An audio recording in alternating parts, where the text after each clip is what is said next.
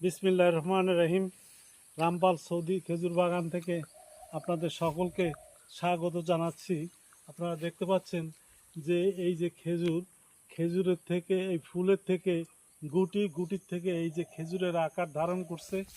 আপনারা দেখতে পাচ্ছেন আস্তে আস্তে এই খেজুরগুলো বড় হবে।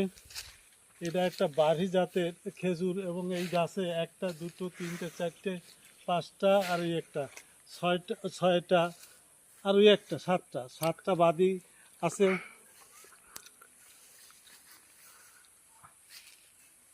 পাশের গাছেও দেখতে পাচ্ছেন যে ছোট্টটা গাছে ওই পাশে নিচে অফশুটও আছে, আর একটা, দুটো, তিনটে বাদিও আছে।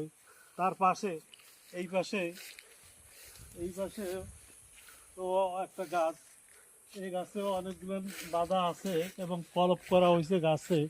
তারপরে যে আর একটা গাছ, সেটাও অনেক খেজুর আসছে এবং কলপ করা হয়েছে।